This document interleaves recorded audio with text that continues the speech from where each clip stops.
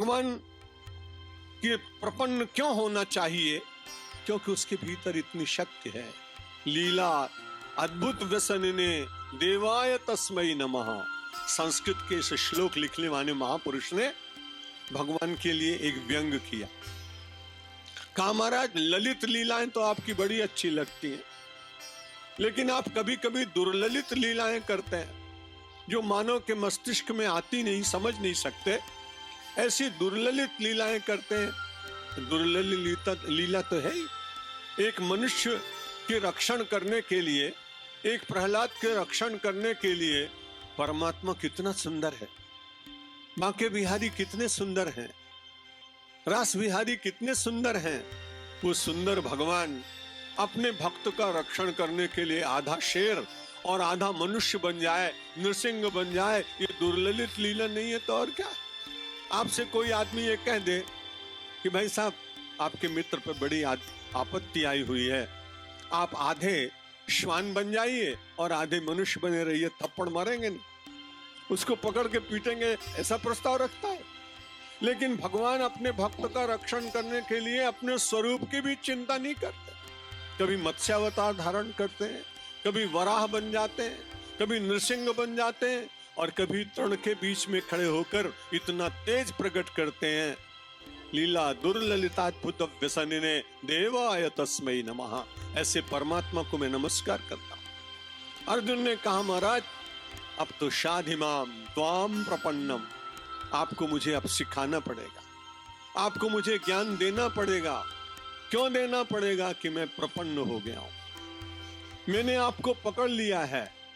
जैसे एक बंदरिया का बच्चा अपनी मां को पकड़ता है, वैसे अर्जुन ने कहा मैंने आपको प्रपन्न होकर पकड़ लिया है, आप मुझे छोड़ नहीं सकते। भगवान ने कहा तो बहुत अच्छा है। प्रपन्न का अर्थ होता है कि मैं जहां जहां उछलूंगा वहां वहां तू मुझे पकड़ कर रखेगा।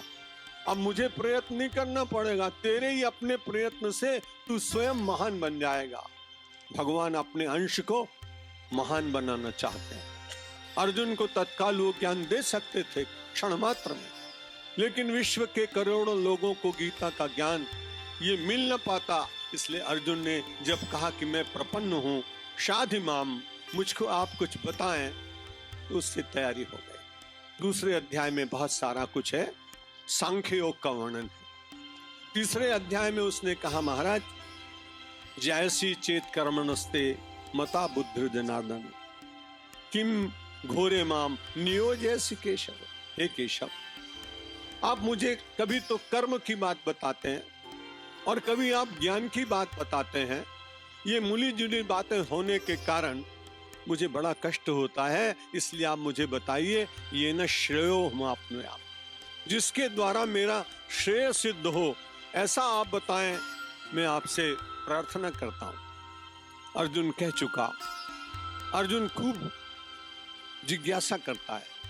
प्रश्न पूछना अपने गुरु से बुरी बात नहीं है, लेकिन बहुत सारे लोग अपने प्रश्न का उत्तर पहले ही ढूंढ के रखते हैं और बाद में सोचते हैं कि गुरुजी जैसा हम सोच रहे हैं वैसा ही बताएं तो अच्छी बात है। और कई बार लोग गुरुजी की परीक्षा लेने के लिए जाते हैं। ठीक होगा कि नहीं होगा मैं जानता नहीं, लेकिन उससे कुछ मिलेगा नहीं, उससे आध्यात्मिक लाभ नहीं मिलेगा।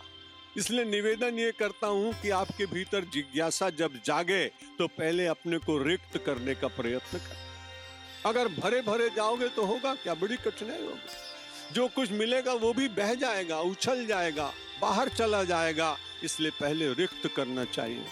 जहां शंखत धुन हुई उस समय में विचार कर रहा, अगर शंख के भीतर पानी भरा होता तो आवाज निकलती क्या? निकल। शंख ने अपने को रिक्त किया तो उसमें से ध्वनि हुई। और श्री कृष्ण जिसको बहुत स्नेह करते हैं, सोते समय भी अपने हाथ में रखते हैं, वो मुरली, वो बांसुरी भगवान को बड़ी प्रिय लगी। किसी ने पूछा इतना स्नेह तो तुम अपनी सखियों को भी नहीं करते, अपनी सत्यभामा को भी नहीं करते, अपनी रुक्मिणी को भी नहीं करते, जहां चले वहां तुरंत हाथ में ले लेते हैं।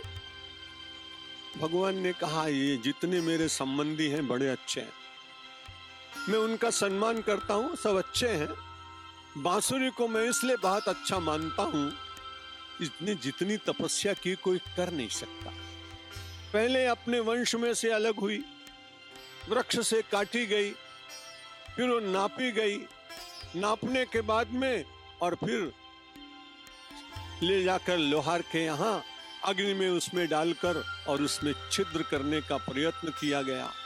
एक बार भी रोई नहीं, एक बार भी चिल्लाई नहीं, एक बार भी व्यथा का वर्णन नहीं किया, क्योंकि प्रतीक्षा कर रही है यदि इतनी तपश्चर्या नहीं करूंगी तो श्री कृष्ण के शब्द मेरे भीतर से नहीं निकले। और इस सारी तपश्चर्या के बीच में छिद्र हो गए, कुछ बचा नहीं। गरम लोहे की शलाका से उसके भीतर था, उसको सब निकाल दिया गया। श्री कृष्ण भगवान ने कहा, मैं वंशी को इसलिए प्रेम करता हूं कि उसका अपना कुछ शेष ही नहीं रहा। और उसका अपना कुछ शेष न रहने के कारण अब भगवान जो कुछ बोलते हैं वही सब सुनाई पड़ता है। इसलिए वंशी बनने का प्रयत्न करना हम सब लोगों के लिए बड़ा कठिन है, पर थोड़ा थोड़ा तो अपने तो रिक्त करिए। माधव आते हैं, केशव आते हैं, भगवान आते हैं, इष्टदेव आते हैं, आपके हृदय मंदिर के बिल्कुल निकट बैठ जाते हैं। आपकी आंखें बंद होती हैं, आप भजन कर रहे होते हैं। उस समय केवल भगवान को इतनी पीड़ा होती है कि इसने मुझे बुलाया और मैं इसके पास पहुंच गया, लेकिन इसने मेरे लिए कोई आसन रखा नहीं। इसने तो किसी पे काम को बिठाया, किसी पर क्रोध को बिठाया, किसी को ईर्ष्या को बिठाया, कहीं असूया को, कहीं मद को। अब मैं आया तो माधव ने सोचा अब बैठूं कहाँ, बुलाया तो सही पर आसन तो रखा ही नहीं। वो आते हैं और लौट जाते हैं। इसलिए मेरे भाई बहन, एक आसन पहले हृदय के भीतर भगवान के लिए सुरक्षित करिए और फिर उनको बुलाए। हाँ, तो मैं आपसे निवेदन कर रहा था कि भगवान सारथी बने। सारथी का अर्थ है ले चलने वाला। आपने अपने जीवन में किसी को ले चलने वाला बनाया है क्या? नहीं बना पाएंगे। प्रयत्न करिए। आपका संचालक कोई होना चाहिए, है तो परमात्मा अनुभूति है। जब परमात्मा को संचालक बनाने का प्रयत्न करेंगे तब निश्चित रूप से सतपथ पर चलने की इच्छा अपने आप जग जाएगी। वो जागृति प्राप्त करने के लिए व्यक्ति को परमात्मा से प्रार्थना करते रहना चाहिए। व्यामी श्रेणो वाक्य ने बुद्धि मोय शिव में तदेकम वद निश्चित्य ये न श्रेयो हूं आपने आम। भगवान अब आप कृपा करो जिसमें मेरा श्रेय हो। सीधी सी बात है, मिली जुली बात करने से मुझे बहुत कठिनाई होती, मैं निर्णय नहीं कर पाता हूं। श्री भगवान उवाच, अब भगवान बोले, लोकेस्मिन् द्विविधा निष्ठा पुरा प्रोक्ता मया नघ ज्ञान योगेन सांख्यानाम कर्म योगेन योगिनाम।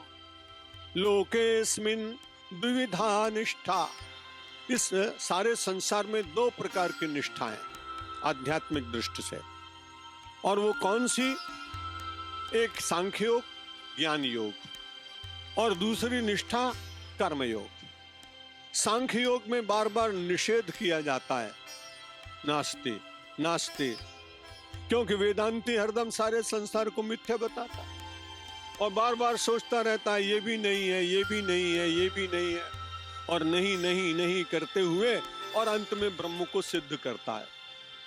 इसमें कठिनाई। जो लोग बड़े अच्छे साधक हैं वेदांती, उनको मैं नमस्कार करता हूं, लेकिन बड़ी कठिनाई है कि नास्ति नास्ति करते हुए।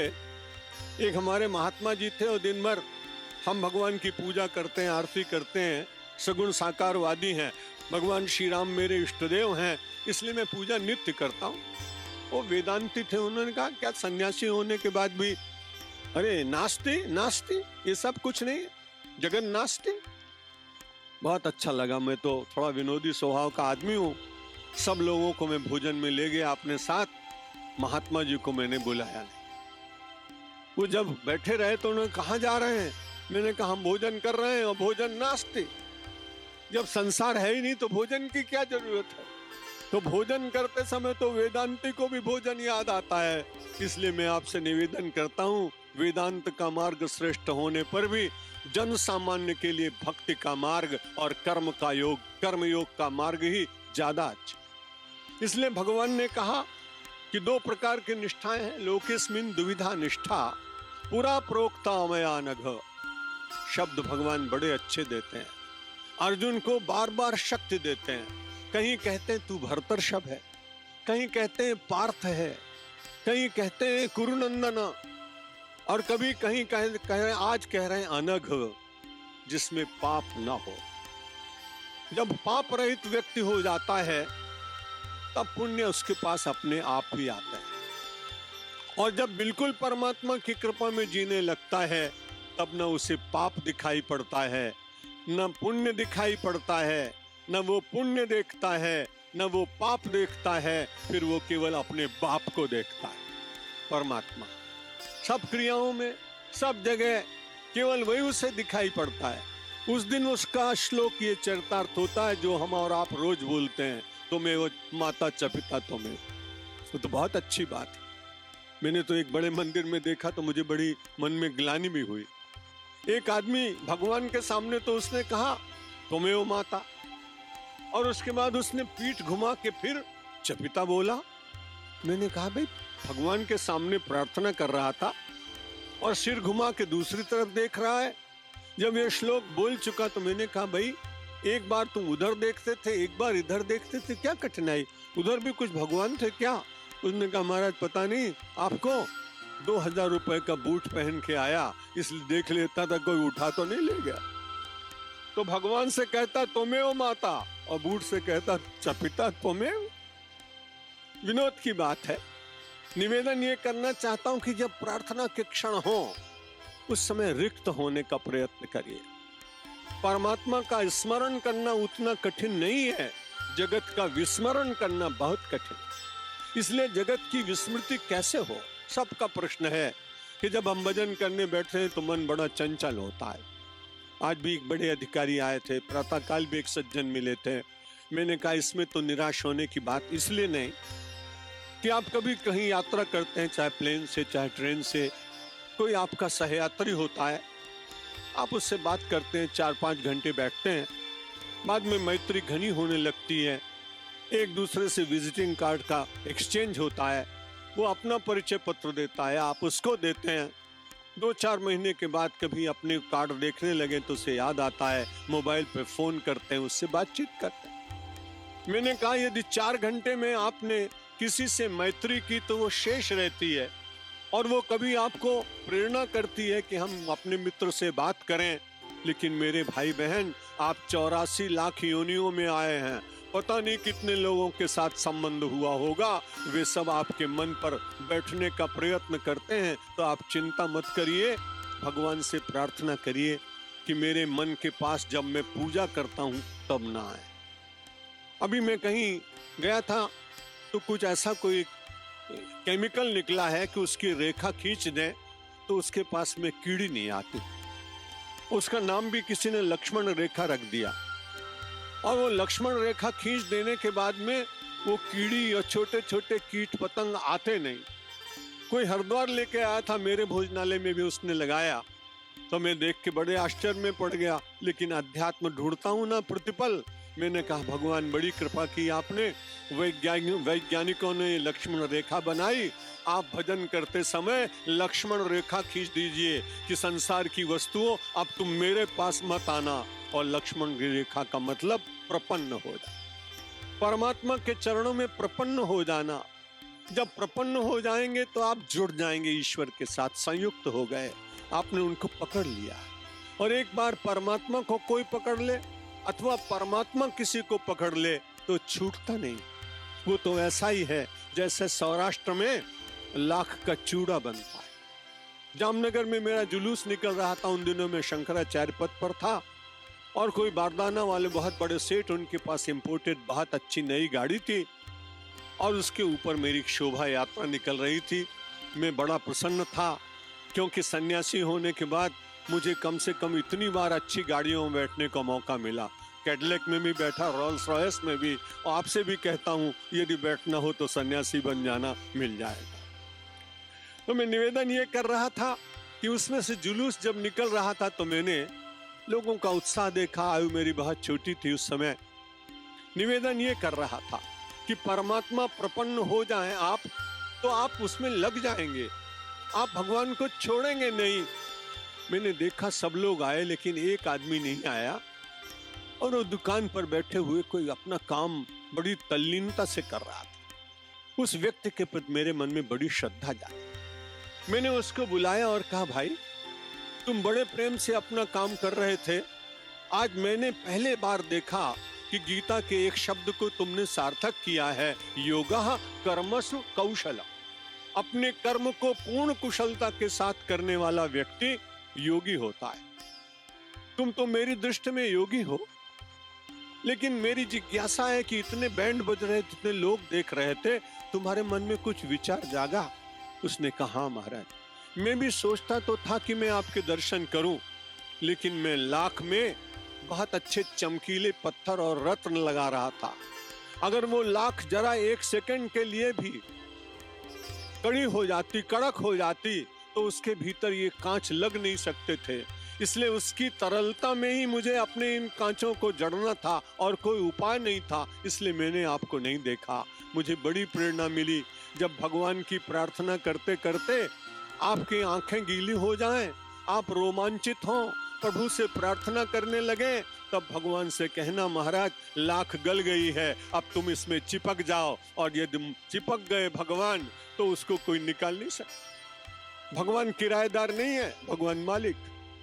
किराएदार के खिलाफ तो आप कर सकते हैं मुकदमा, जीत भी सकते हैं, खाली भी करा सकते हैं, लेकिन परमात्मा यदि आपके साथ जुड़ जाए तो वो मालिक है, वो कभी छोड़कर जाएगा नहीं। अर्जुन से भगवान ने कहा, लोकेस्मिन् द्विविधा निष्ठा पुरा प्रोक्ता मया नघ ज्ञान योगेन सांख्यानाम कर्म योगेन योगिना। जो कर्म योगी है वो कर्म के द्वारा परमात्मा को प्राप्त करता है। अनघ तुम पाप रहित व्यक्ति हो। अर्जुन को अनघ कहकर मानो मुझे और आपको भगवान ने संदेश दिया कि पाप युक्त रहकर परमात्मा का स्मरण करने से पापों को छुड़ाने में बहुत समय लग जाएगा। इसलिए परमात्मा का स्मरण करते करते धीरे धीरे व्यक्ति को अपने दुर्गुणों को, व्यसनों को, पाप को, वृत्ति को, चित्त वृत्ति को, दृष्टि को पावन बनाने का प्रयत्न करते रहना चाहिए।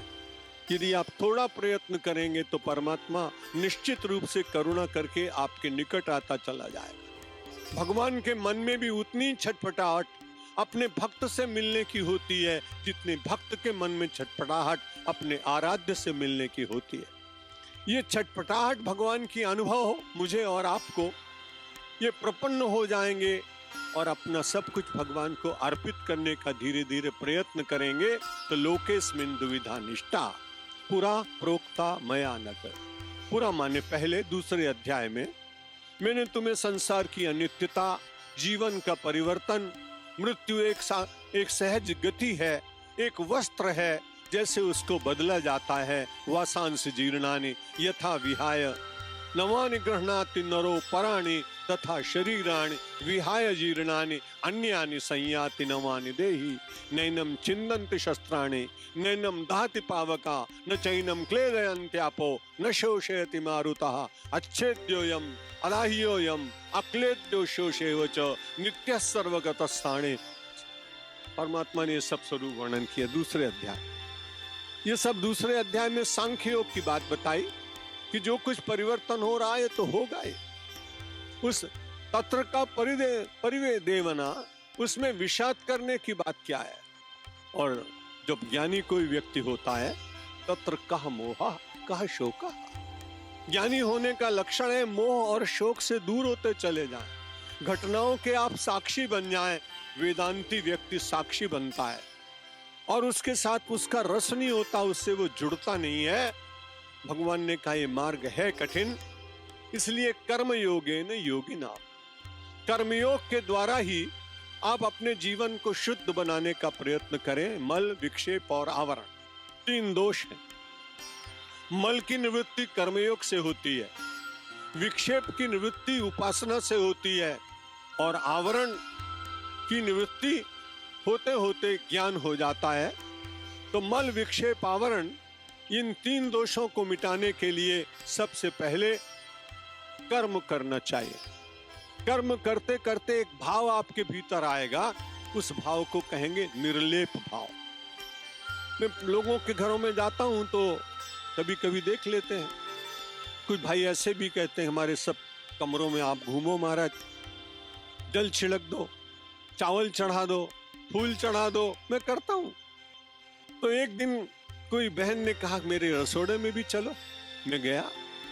एक मैंने पहले पात्र बहुत सारे नहीं देखे, आवश्यकता नहीं पड़ती है, बहुत छोटी आयु से साधु हुआ हूं। तो मैंने देखा एक पात्र बड़ा काला काला सा। मैंने सोचा इसमें तो भोजन बनाने से काला हो जाता होगा। मैंने पूछा बहन ये कौन सा पात्र है? बोले महाराज ये नया पात्र है, इसको निर्लेप कहते हैं, इसमें बिल्कुल चिकनाई बचती नहीं है, साफ करने में बहुत सरल रहता है। मैंने कहा ये तो बड़ी अच्छी बात है, भगवान की उपासना करोगे और कर्म करोगे तो उपासना निर्लेप बना देगी और फिर आपको कुछ चिपकेगा नहीं, आप बड़े आनंद से संसार में रह सके।